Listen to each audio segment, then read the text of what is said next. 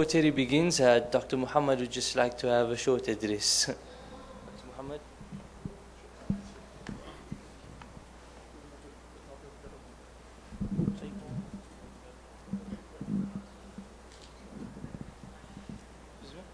Should introduce themselves at first, just want to ask it to Mrs. Toy and Mrs.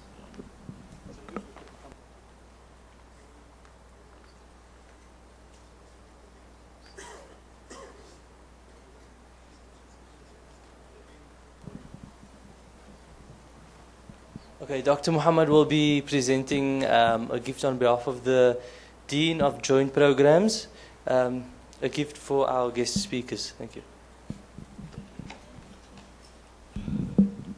Assalamu alaikum. At first, I need to appreciate the Oxford Press, Mrs. Terry and Mr. Ziad. We need to repeat that visiting and repeat that form, inshallah, in next month or June. June, Doctor? Yeah, we'll do a big conference, not a mini conference. So I need to start now to Dr. Ziad.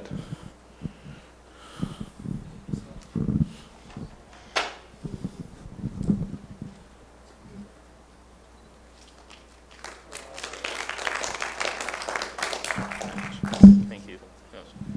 Ms. Terry.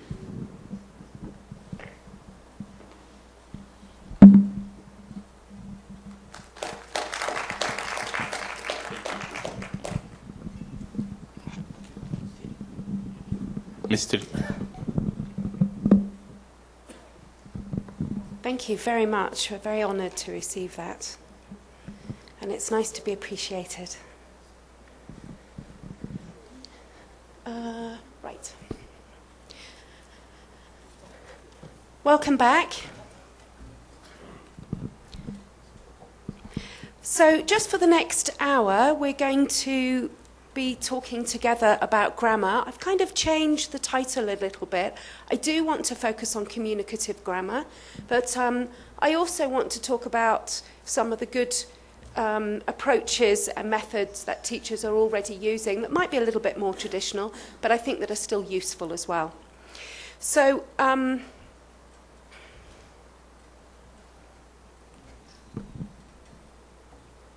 let's just check that it's... All right. So we're going to have a look again, some of the challenges that students have with picking up and learning grammar, and some of the challenges we have in teaching grammar and ensuring that students are actually using the language that we teach them. I want to have a look at some different methods, basically deductive versus inductive teaching of grammar. And then we'll go through some practical ideas and hopefully we can share some ideas together. So first of all, for the next minute, could you discuss with the person next to you? I'd like to know how you teach grammar. Would you consider yourself to be a communicative grammar teacher, or are you more comfortable with a more traditional approach to teaching grammar, a more kind of presentation, give students the rule and they practice? Or are you kind of into students discovering grammar more? How do you do it at the moment? And what are some of the challenges for students of learning new language? And maybe put in, so think of maybe 3 challenges for learners and a challenge for yourself as well. So we'll give you a minute for that.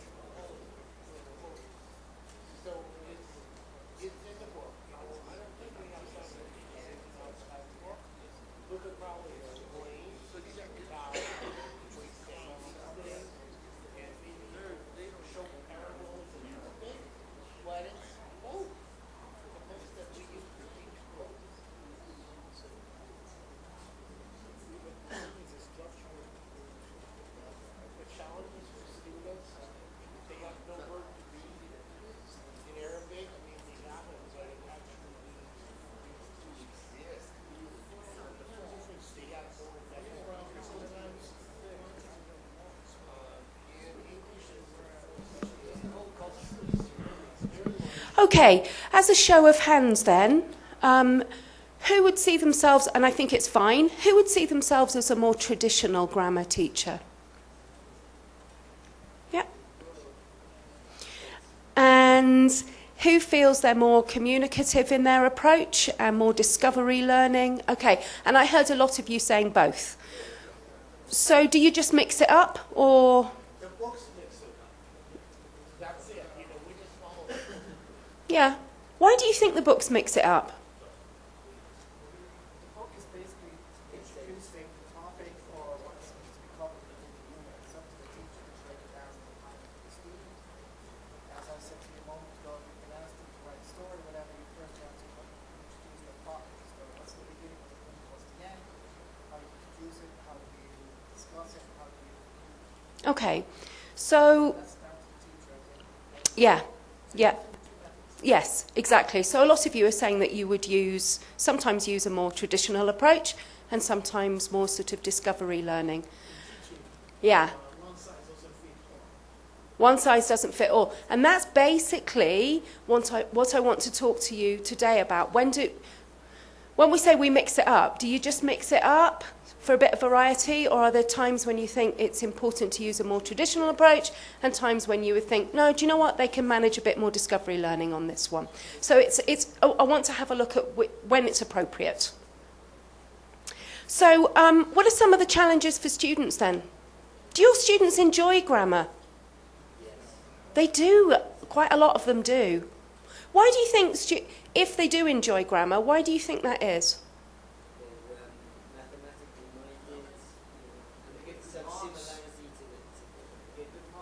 Do you know what? I think there's something about grammar, and you've touched on it with the whole mathematical thing. It's almost like a formula with a rule. And if you get the formula and you get the rule, you can fill in the gaps and you get your marks. Done, finish, 4 marks, thank you. What it doesn't necessarily do is translate very well into the practical application of it or the practical usage of it. And so many times I've taught grammar and students get it, and my controlled practice. And then when I'm trying to get them to use it in a less controlled way, it's not there. It's not ready. It's not being processed for practical application. I think sometimes that can be the frustrating part of it.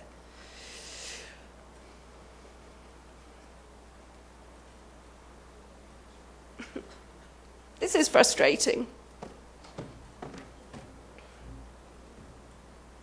Okay.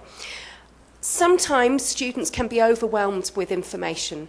Don't forget that some course books will use meta-language. What do I mean by meta-language?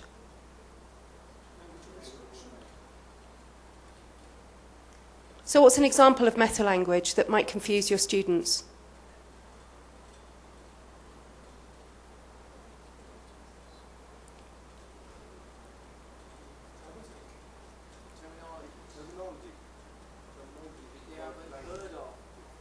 Thank you, yeah. So I think we tend to, it's very easy to start labelling tenses, for example. Today we're going to look at present perfect. Present perfect is something in the past related to the present. The names of language that we teach, that can be very confusing for students. On the other hand, if you can use a little bit of meta-language and they understand it, it can be helpful as well, because it's a label for something.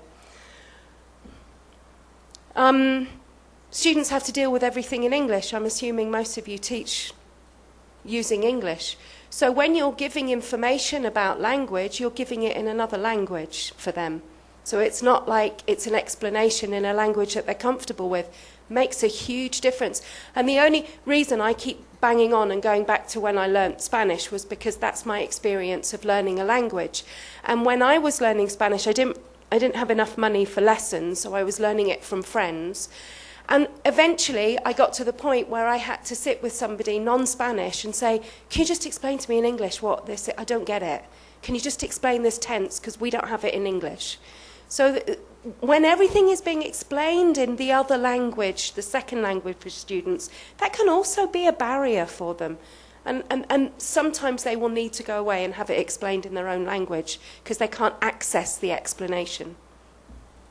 Oops. I think students have this feeling once they've been taught a structure that they need to be accurate with it. So that can be frustrating for them, especially when they're working together on communicative tasks. Students, unfortunately, can be a little bit judgmental of each other.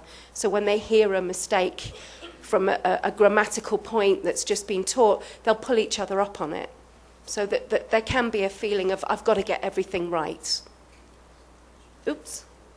And some students prefer to focus on fluency rather than accuracy. So when they're involved in a more freer activity, what they want to do is just speak. They don't really want to focus on whether they're using the language that you've taught them.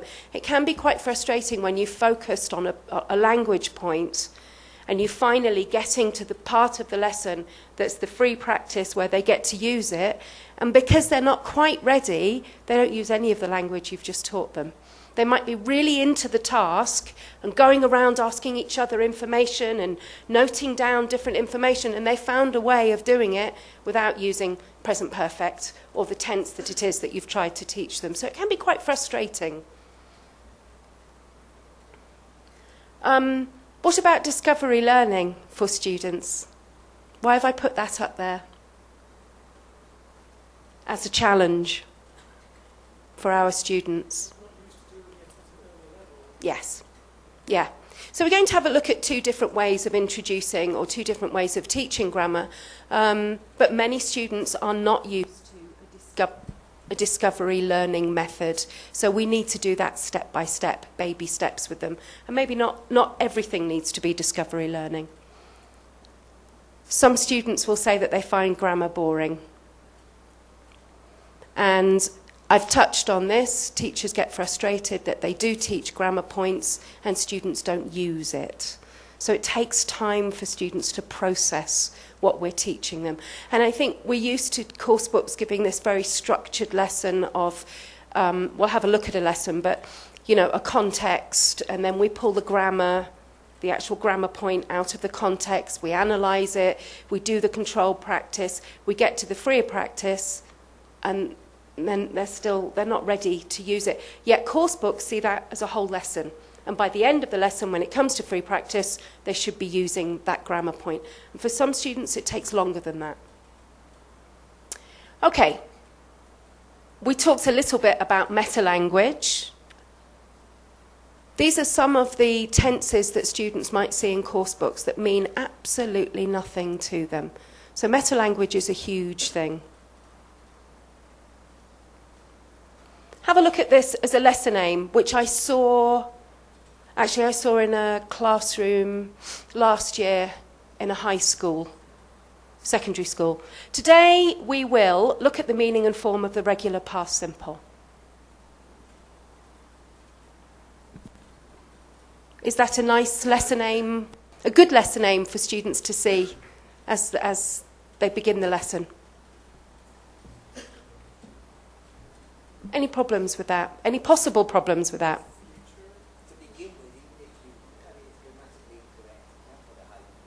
Okay. But in terms of the language?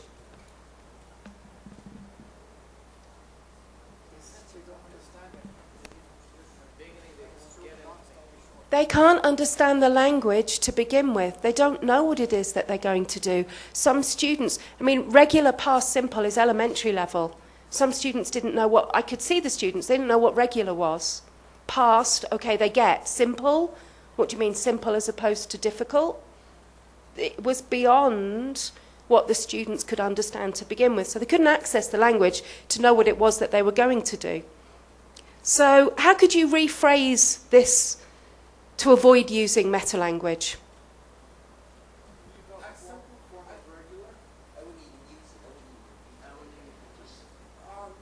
found out is that when they get into Google Translate, it does have those terms. It does have almost every term exists in Google Translate. So when they start out, it's okay to use it. As long as you obviously personally have access to the meaning of a lot of different languages.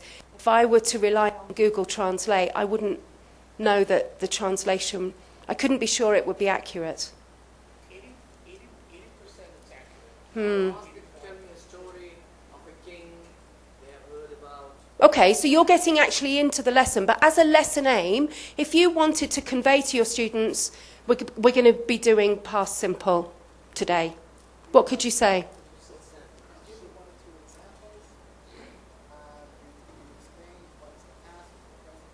Okay. Sure, it would be good to start with an example.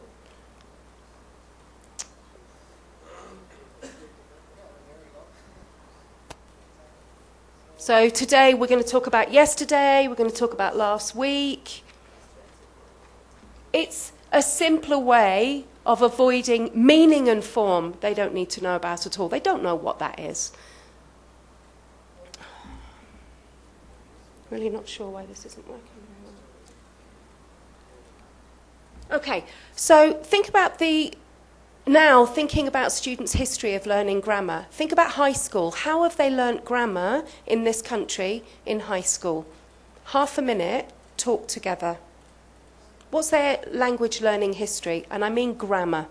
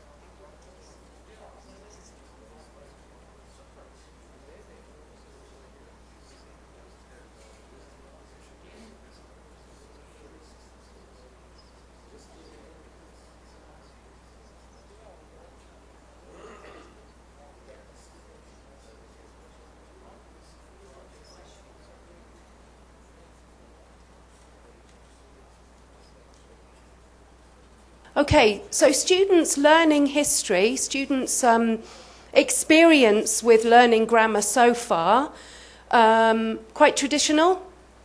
Will they have been used to explanations of grammar in English? No. I've actually questioned students on PYP programs, and they say that's the first time that they've had their lessons in English.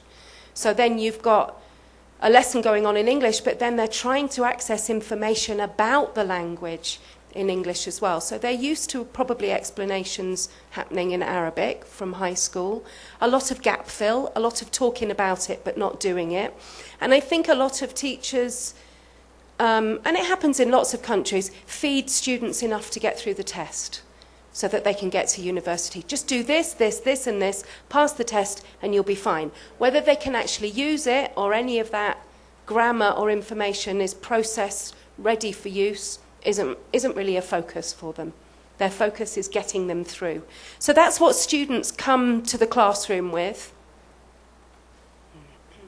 Yeah, even at my first school, the native speakers did not teach the grammar.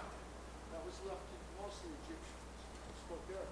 So there is also, and a lot of schools, when I taught in Japan, they used to do that. I was there to do the practice, and the Japanese teacher was there to explain the grammar in Japanese. So there is that sort of methodology as well. So it's quite tough for students. It's often taught as a separate skill as well, and not combined with the other skills. And it can feel for students it's disassociated with the language as a whole. So here's your grammar lesson, here's your grammar point, and now we're going to look at reading and listening, whereas combining everything together would make it kind of more realistic for students. Often grammar's taught without a context. I'm not saying you do this, but often it has been taught to students without a context. So Students do grammar exercises that have no meaning. They've worked out the formula and they know it could be something like simple past. They know it's they know it's ed depending on how the verb ends, so they just fill it in. They haven't even read the sentence. They don't need to know what the sentence means. They know they're working on past simple. Now we're working on past simple regular, D or ed. Now we're working on irregular. What do all the verbs I know in the irregular? They're not looking at how to place it in the sentence necessarily. They just think about how to do the changes.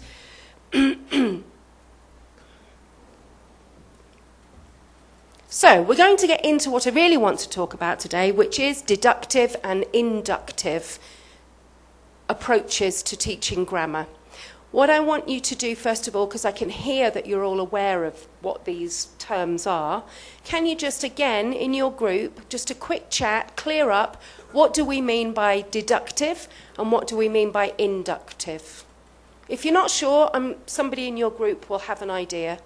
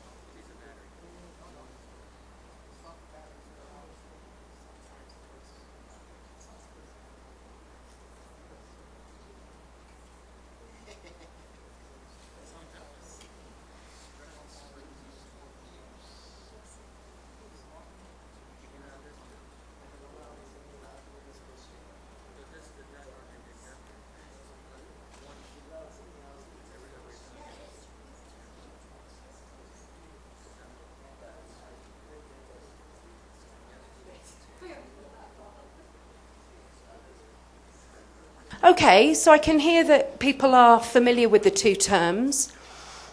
If we talk about deductive then, what are we talking about, a more traditional approach or a more communicative approach? Okay, anyone care to give me a definition of a deductive approach to teaching grammar?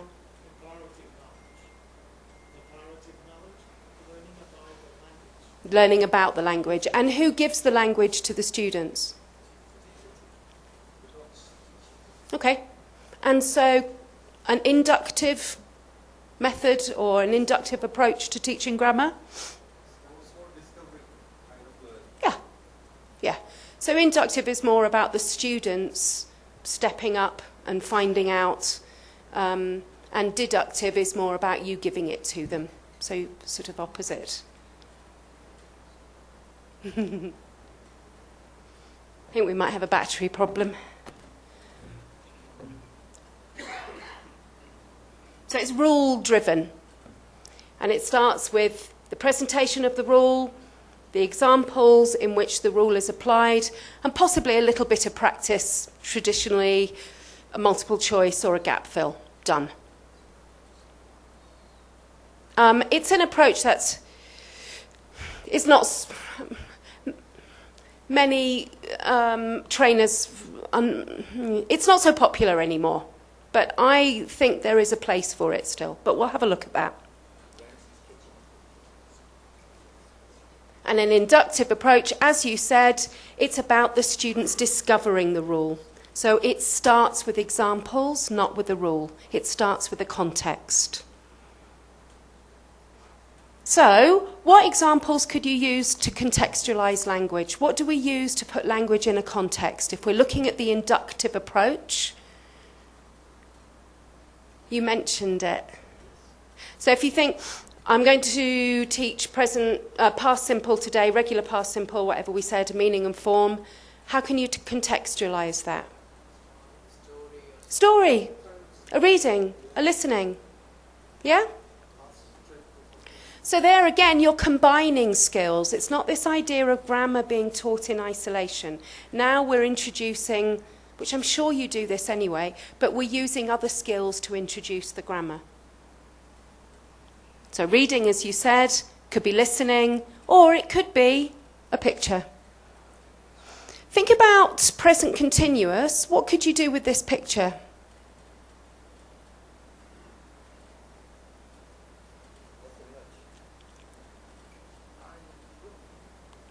How could you use this picture to introduce present continuous?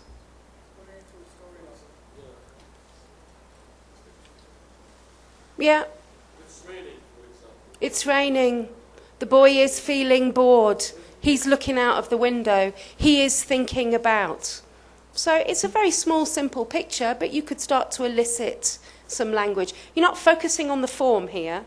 You're just dealing with the meaning. You're just pulling out the structure from the students. Again, visuals can be very useful for students, and here's one that I've used before. So you can see two different types of schools here.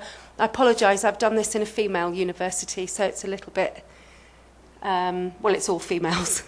So students have a look at a village school in the past, in 1930, and a school now, and they start to make connections between the past and how the school looks now. What kind of grammar do you think I might be looking for here?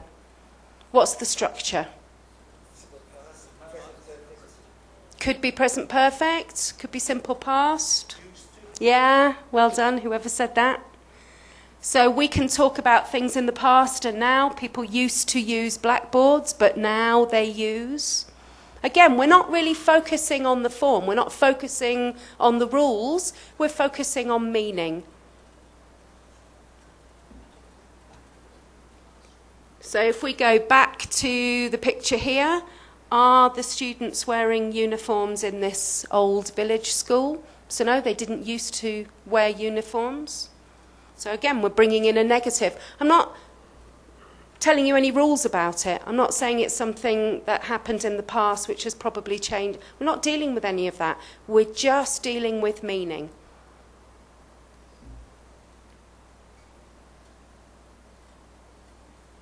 Can you give me a sentence with this picture? In the past,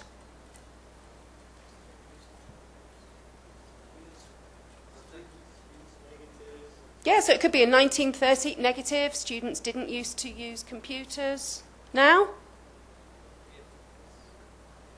At this point, when you're looking at the pictures and you're hoping to go in and deal with meaning, are you expecting, when you're eliciting like this, are you expecting accurate language? No. Does it matter? At this point, no. You're just dealing with meaning, and you're not kind of explicitly dealing with it either. You're just getting students to think about different scenarios so that they can start to process. While you're dealing with the meaning, you're dealing with the grammar as well. Exactly, but I'm not focusing on it. Now we have a little bit of practice. Again, I haven't talked about any rules. So students think about the pictures they've used, and I would make these pictures available to them and not just have them up on the screen. And then I do a little exercise where they have to move the sentences into 1930 or into 2017. So, for example, they used to use blackboards. Where are we going to put that, on the left or the right? So I'm doing a controlled activity with my students before I even talk about meaning. Once they've done this, what can you go on to do?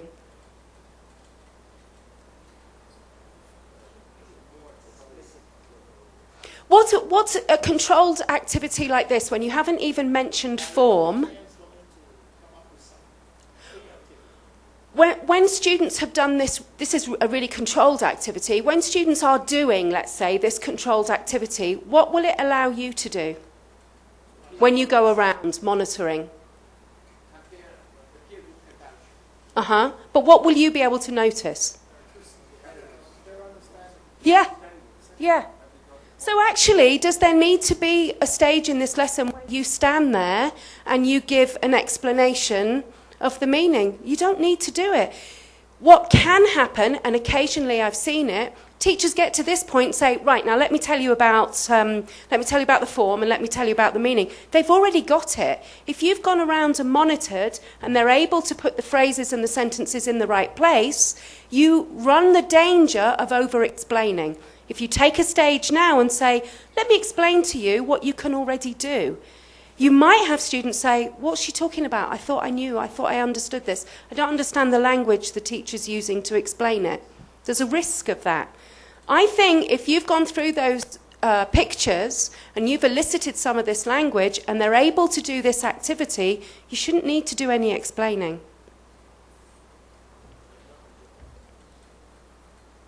Again, I think visuals, you can go on for to use. This is slightly freer because students are going to have to come up with the language for this activity, but you can use visuals to extend and get students themselves producing the language. Once they have the previous activity, they've got examples of the language. So this is a sort of less controlled activity to see if they can actually produce it. So this sort of inductive way, or this inductive method of introducing new language, I feel very positive about it, but I think there is a caveat. You do need to be a little bit careful.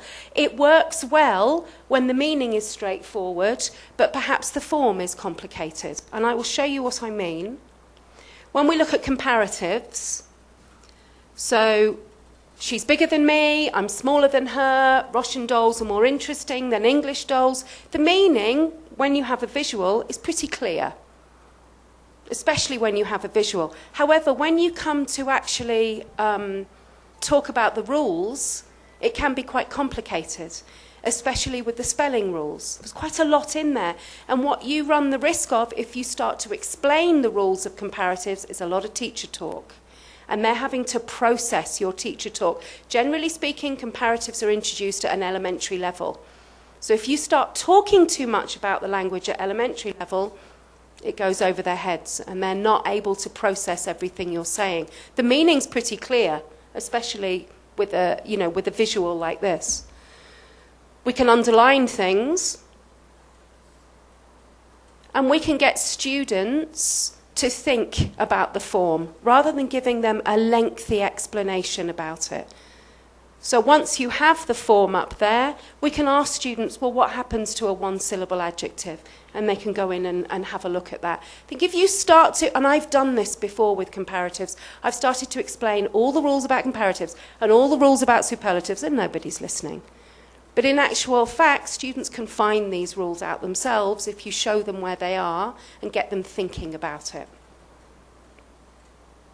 So, some of the good points that I think, the pros of an inductive approach, you're encouraging students to notice things. So if you think about the pictures that I used, students have a visual where they can start imagining things before and imagining things now. They get to notice it themselves. They're involved more fully if they're developing the rules and thinking about the rules themselves, which should make it more memorable. Don't forget, every time you open that box and you give them something, they forget it. Every time you make it available to them and you spread it out on the table and they have to choose, that's when it starts to be memorable because they're thinking about it. They're not being given the language. And it should, with it being more memorable, it's deeper processing when they've had to think. And it avoids the grammar lecture We all want to avoid the grammar lecture. I think there's a place for lecturing in education, but not language when it's in somebody else's second language. We want to avoid talking too much, and we want to foster and engage more learner autonomy. I'm not suggesting that learners learn everything themselves. I'm just saying we need to encourage them to do more of this and less relying on the teacher. So, are we going to throw away the deductive approach in favour of the inductive approach? I'd like you to think now, and just for a minute, what do you think are some of the advantages of a deductive approach, of you explaining the rules to the students, of you doing the grammar presentation and giving them an example? What's the advantage of that over an inductive? Or do you not think there's any advantage of a deductive approach? 1 minute.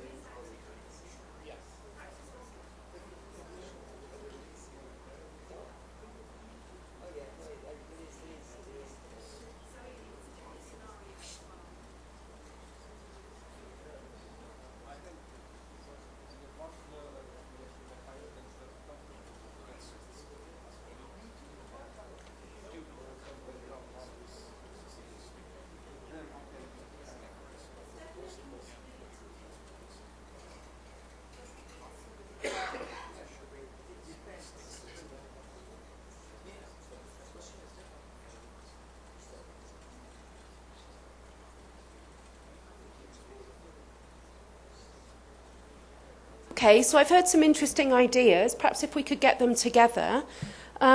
Somebody mentioned it's what they're used to.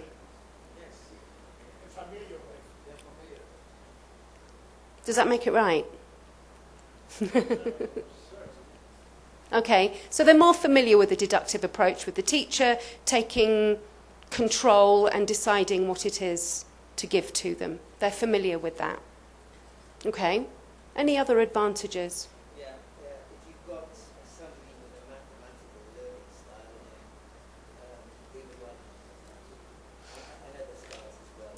I think that's true. I think some language points lend themselves to being very formulaic. And if you know the formula, you can actually just get it. And sometimes I've done that with some language, and comparatives and superlatives have been one of them, where they've looked at the rules and gone, oh. And then you think, yeah, they should have just had those to begin with. They would have got it. Instead of me trying to get them to work it out and find out, and now look at this picture, now look at that picture, what do you think about this? There was a lot of time I could have saved, actually, if I'd said, can you just have a look at these rules before you come to class next? Because we're going to be working on this. Also, this explicit form of teaching, it focuses the learner's attention on the concept. That's a fact. Mm. So, using the two of them together, to have some sort of...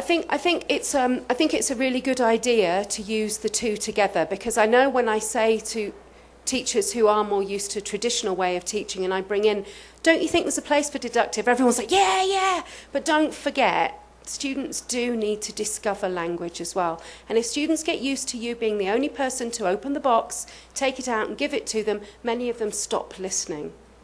It's about variety as well. Sometimes they need a picture and an image and something that sparks something that's a bit more imaginative, a bit more interesting, a bit more creative than just the rule all the time. So I think it's about variety. But also as professionals, we need to think about what lends itself to discovery learning in terms of grammar points and what doesn't. Can you think of an example, and I'll bring it up in a second, can you think of an example of a tense that doesn't lend itself particularly well to inductive teaching of grammar? It's the tense that I hate the most. I was actually thinking of present perfect.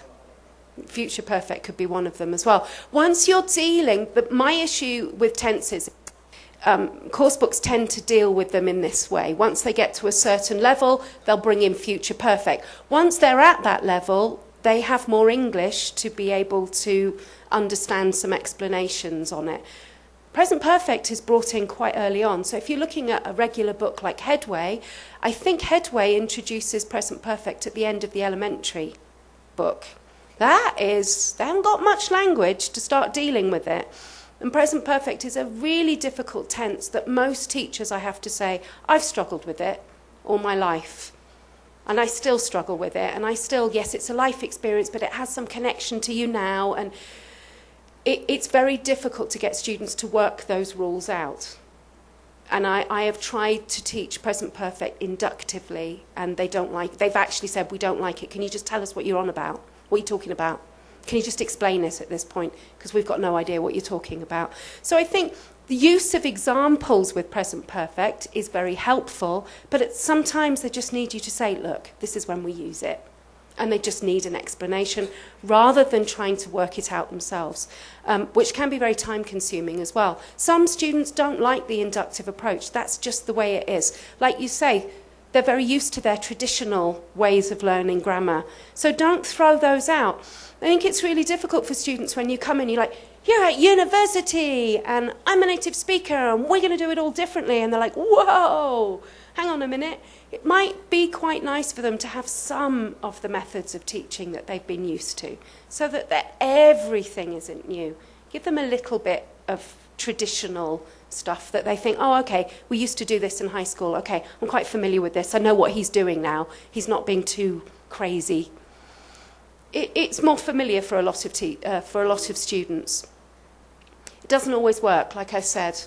The meaning is not always clear with present perfect, and this is when I found it breaks down. Whereas meaning, as I said again, something like comparatives, there's not confusion with meaning.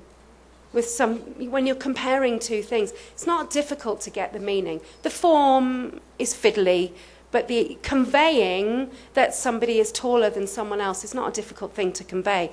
The use of present perfect is, and especially if it's not used in Arabic. It's not used in Arabic, is it? And then when you have some languages where it is used, for example in Spanish, but it's used in a different way. So meaning can be really confusing for students if you try to teach in an inductive way with something that's quite confusing. So what I'm saying is this.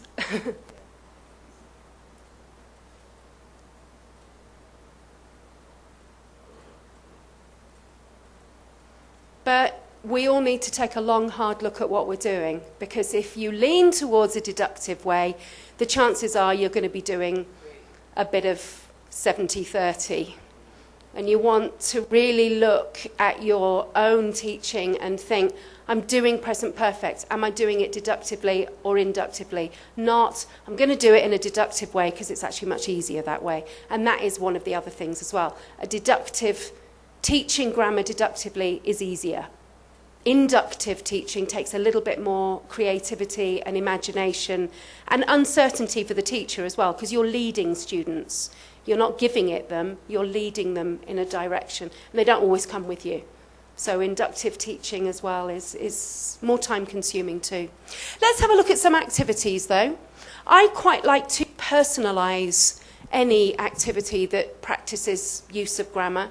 I think it makes it easier for students to talk about personal experiences, and most of us enjoy talking about ourselves. Also, it's known. Students are not searching for information about themselves. It's easy to talk about yourself. So, here's one that I enjoy doing with my students, and I'd like to do it with you now. Here are 3 facts about me. Only 2 of them are true. Which one's false? You know me now. This is my second visit, second day. The second one is false. The first one's false. The second one, the first one's false. Because she's here. The first one. Right. Yes, the first one. I do. I think the second one is wrong. Yeah, the snakes are.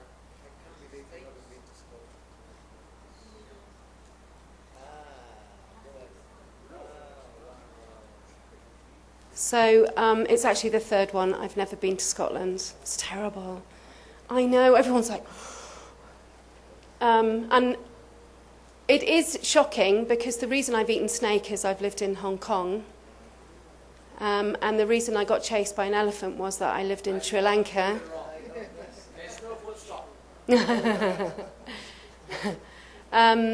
So I've lived in sort of diverse countries and I've never been to Scotland. So, what language am I using here? Okay, it is present perfect, but it's a nice activity because it gets students thinking. But here's a question: did you need to use present perfect at all?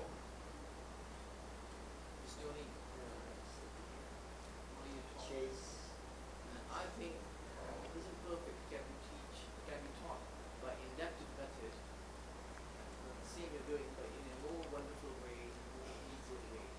This one A more wonderful way? How could you? This is just an activity I use when I'm dealing with present perfects. What I want you to think about is you bring in these 3 sentences, and students love to know stuff about their teachers.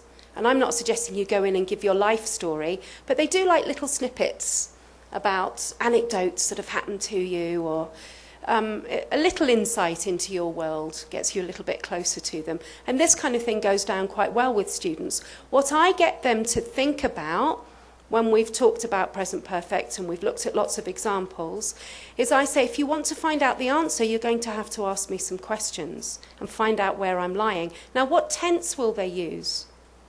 When they ask me the question, yeah, exactly. So now you're encouraging them to use past simple to ask about the details. So when you've been dealing with present perfect in this way of a life experience, but when you want to look at the details, you're going to use past simple. This is when an activity like this works. It's personalised, so they enjoy it. They enjoy finding out about the teacher, and obviously what you can do then is get them to write 2 true things and a lie and discuss together. What I found with this activity is they enjoy doing it, they enjoy finding out about it, but when you're monitoring, you do need to do a bit of Don't forget past simple, present perfect, because they get into the activity, they forget the language. This is one of my big beefs about teaching grammar.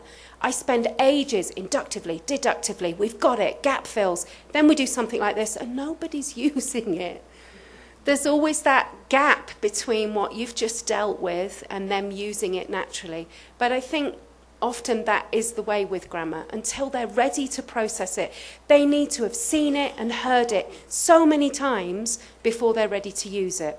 And course books assume that you can use a couple of pictures, a video, a few controlled activities, some drilling, some focus on form, some focus on meaning, do an activity and they'll use it. Not necessarily.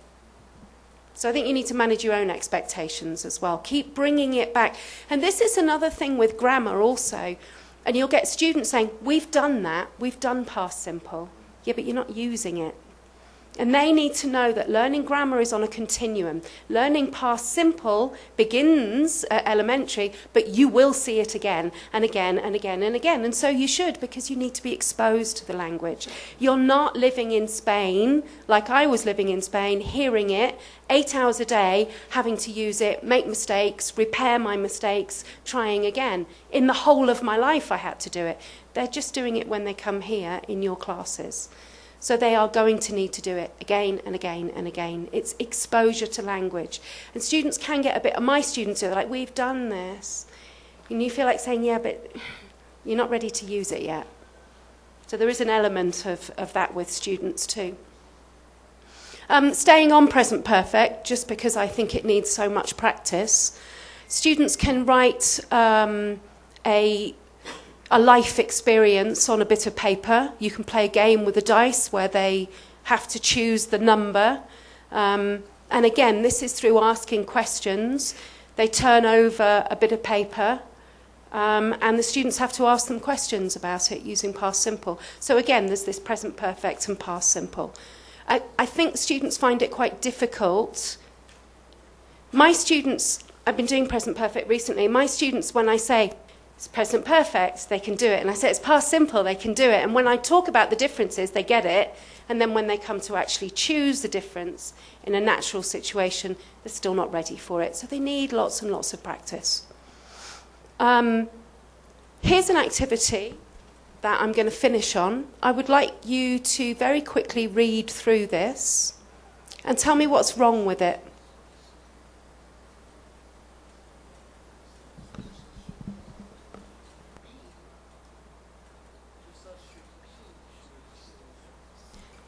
By the end of the first paragraph, you should have noticed something wrong with this. Okay, stop at the end of the first paragraph. What's the problem?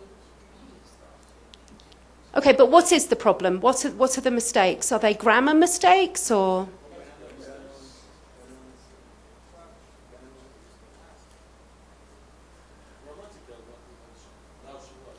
Are they like random mistakes or?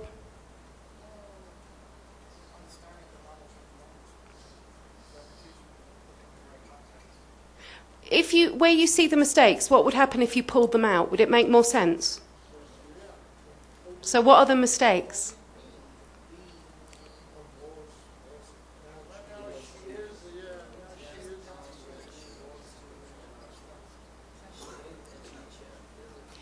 This text has actually got a lot of extra words in it. So the errors are because you're trying to do it and you're not listening. The errors are the extra words. So I'm going to give you 2 minutes now. Work together. I want you to find all the extra words.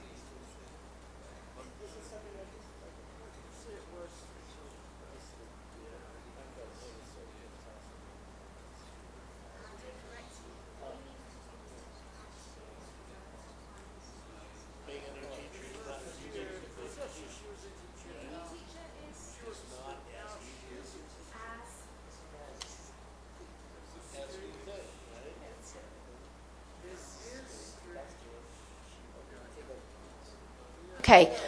Okay. I'm going to stop you there. It's very interesting when you do this. This is actually an activity that I've taken from a high school book. When you do it with students, they very quickly find all the extra words, they put them together, and they're like, okay, being a new teacher is not as easy as some people think. When you do this activity with teachers, they always overthink it. So some people have gone way into the grammar and corrected everything. Basically, what we've got here is a secret message in a passage.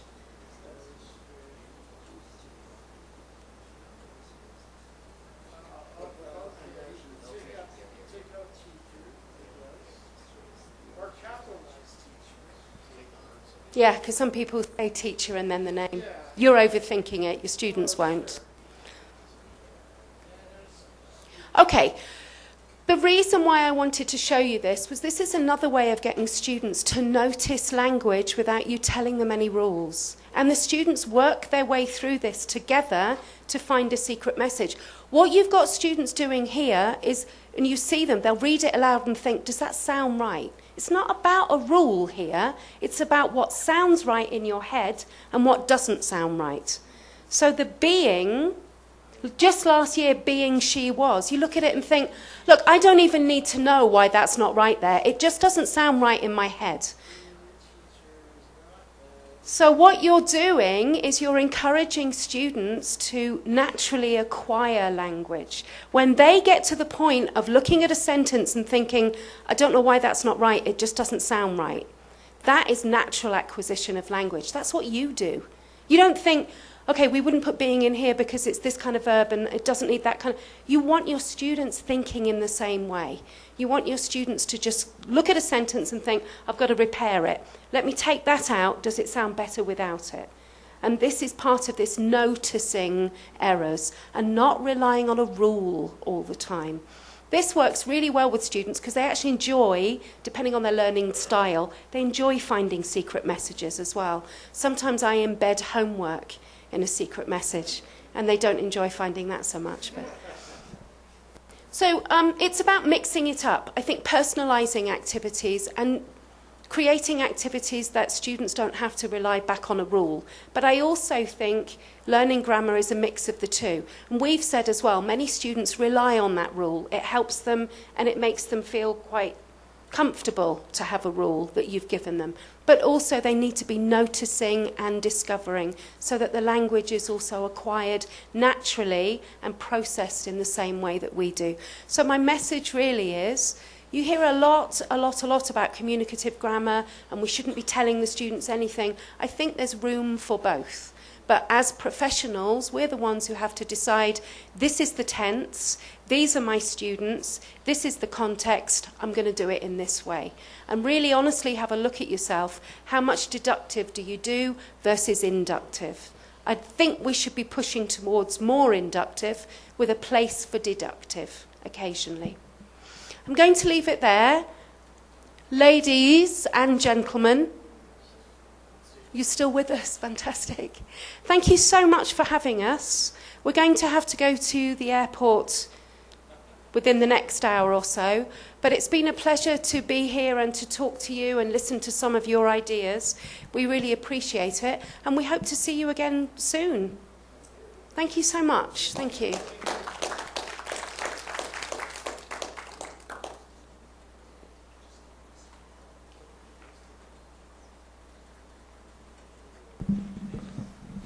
Again, just to repeat what Terry said, thank you very much. It's been a pleasure being here and seeing you guys again. Well, the ones I met before. We'll be arranging certificates for you for these sessions, and I'll be sending them to Dr. Morfuk within a week's time, approximately. We'll also send the PDFs of the sessions to Dr. Morfuk to share with you guys. And please don't hesitate to get in touch with us anytime. My contact details are available with Dr. Morfuk. Thank you again. Thanks to Zaid and Terry. It's been good to have you. You'll be pleased to know that the sandwich platters have been refilled.